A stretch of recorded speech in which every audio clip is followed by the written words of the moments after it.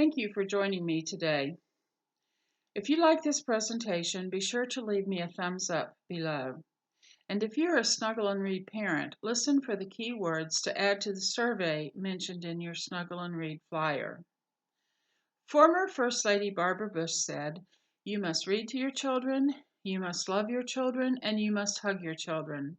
Your success as a family, our success as a society, depends not upon what happens in the White House, but what happens in your house."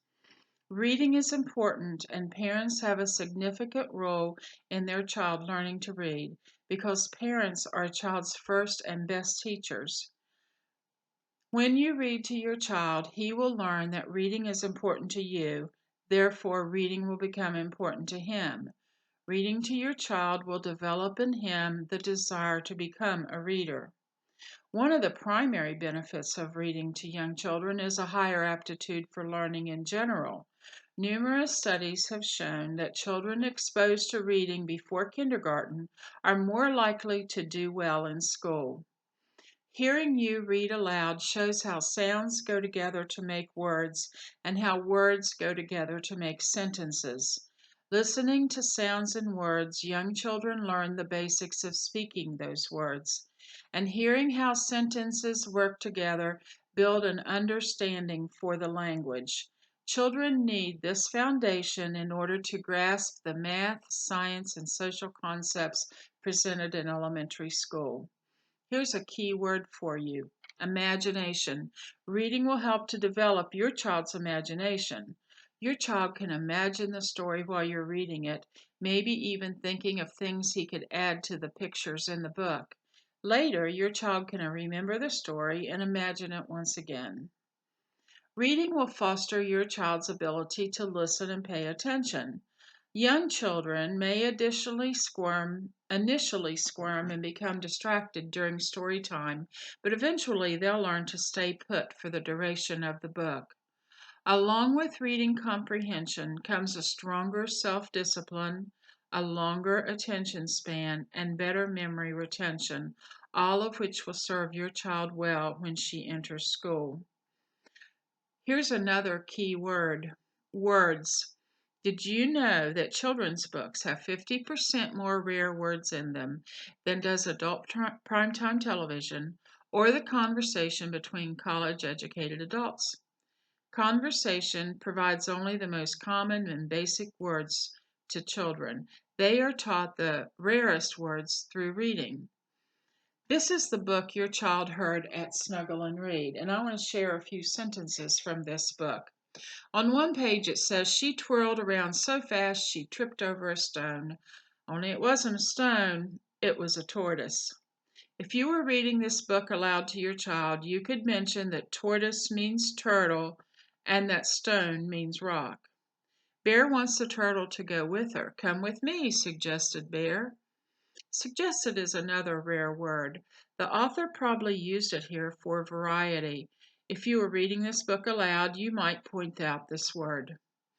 "The turtle wants to go, but his legs are too short. He's afraid he'll fall behind." Bear offers to take him piggyback. Piggyback is worth mentioning for two reasons. It could be a rare word that you offer the meaning of, but it could also be a word your child is familiar with because you have carried her piggyback. Defining words or making real-life connections with a text are invaluable to your child. And you don't have to point out all the rare words in a book, nor do you have to point out words every time you read a book. Many times it's just enough to enjoy the book. More words are used in the written language than the spoken language. Children learn new words through reading. They will begin to explore and use this language while speaking themselves, and this helps them construct their own oral language.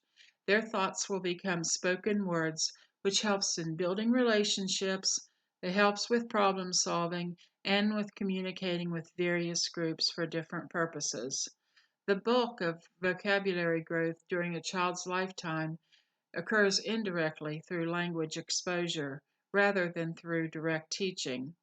An example of direct vocabulary teaching would be having a list of vocabulary words that you have to memorize the definitions for. A mother told me this story about reading this book, The Grouchy Ladybug, to her son. The book has the word insect in it, and her son wanted to know, what's insect? She said insect was a bug. She finished reading the book, and he left her side and went to his dad in another room and said, "Dad, did you know insect is another word for bug?" He had already started using the word insect in his vocabulary.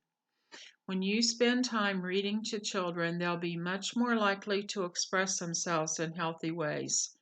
By witnessing the interactions between the characters in a book, as well as the contact with you during story time, your child is gaining valuable communication skills.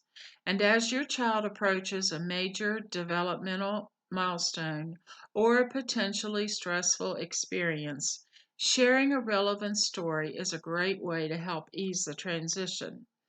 For instance, if your little one is nervous about starting school, reading a story dealing with this topic will show her that her anxiety is normal. At the library, you can find books on a variety of topics suitable for children, like losing a tooth, or losing a pet, or friends moving away. This is a book I read to my son one time when he was little. It's called Bengali. It's about this group of critters that live in a castle, and they're all messy except for Bengali, who's very neat. A monster comes to town, a monster called a grunk, and he likes to eat trash and junk. And the critters are worried that when he reaches their castle, the monster will destroy their castle, eating all the junk. So Bengali convinces them to clean up. And they do clean the castle from top to bottom. They throw all the trash and junk in the yard. When the monster comes to their castle, he eats all the trash and the junk in the yard, and then he's full, and so he leaves. At the end of this book, there is this page. It says, "So if your room is messy and covered with lots of junk, better clean up like Bengali, because here comes the grunk." When I finished reading this book, my son looked at me and said, "You just read that to me so I would clean up my room." He was right. I was willing to try anything. And here's another key word, together. As your child grows older, he'll be on the move, playing, running, exploring his environment. Snuggling up with a book lets the two of you slow down and recapture that sweet, cuddly time that you enjoyed when he was younger. Instead of being a chore or a task, reading will become a nurturing activity that will bring the two of you closer together. To review, today's key words have been imagination, words, together. You have the power to develop a lifelong joy of reading and learning in your child, because remember what I told you in the beginning. You are your child's first and best teacher. Thank you for being with me today.